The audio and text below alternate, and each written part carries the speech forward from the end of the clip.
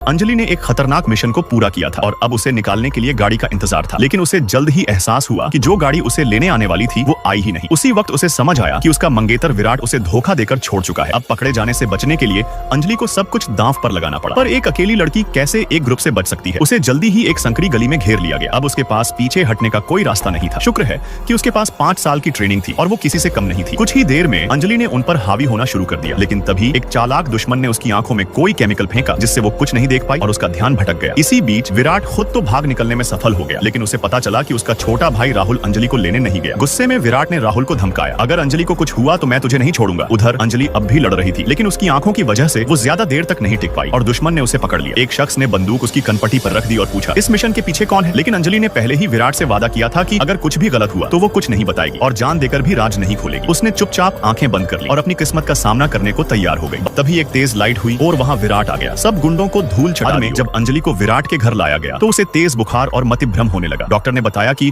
उसे हेलुसिनोजेन दिया गया है और अगर आधे घंटे में इलाज न हुआ तो जान भी जा सकती है। विराट घबरा गया और खुद जाकर उसे बचाने निकला, लेकिन राह में राहुल उसे रोकता है और 2 अजीब मर्दों को भी साथ लाता है। विराट को गुस्सा आ गया और उसने दोनों को बंदूक दिखाकर भगा दिया। अंजलि दर्द में तड़प रही थी और विराट से मदद की भीख मांग रही थी, लेकिन उसके दिमाग में अपने पिता की मौत की यादें घूम रही थी। एक तरफ उसका प्यार, दूसरी तरफ अपने पिता की मौत का बदला। आखिरकार विराट ने ठान लिया कि वो मदद नहीं करेगा। उसने अंजलि को ठंडे पानी से भरे बाथटब में फेंका और कहा, अब तू अपनी किस्मत खुद तय कर। लेकिन किस्मत ने अंजलि का साथ दिया। आधे घंटे बाद वो ठीक हो गई। उसने विराट को ढूंढा और देखा कि वो राहुल को डांट रहा था। राहुल चिल्लाया, तू इस लड़की के लिए मुझसे कैसे लड़ सकता है? क्या तू उससे प्यार करने लगा है? विराट जानता था कि राहुल गलत नहीं कह रहा, लेकिन वो अपनी फीलिंग्स नहीं दिखा सकता था, नहीं तो अंजलि और खतरे में आ जाती। तभी अंजलि ने हिम्मत करके दरवाजा खोला और पूछा, क्या तू सच में चाहता है कि मैं किसी और मर्द के करीब जाऊं? विराट ने ठंडे दिल से जवाब दिया, जिससे अंजलि का दिल टूट गया। अगले दिन अंजलि ने एक नया मिशन शुरू किया। वो जानबूझकर एक अमीर लड़के करण से टकराई और गिरते हुए अपने कंगन को तोड़ दिया। करण ने जब सुना कि ये कंगन उसके पिता की आखिरी निशानी थी तो उसे बहुत दुख हुआ और उसने उसे रिपेयर करवाने का वादा किया। अंजलि ने मौका देखकर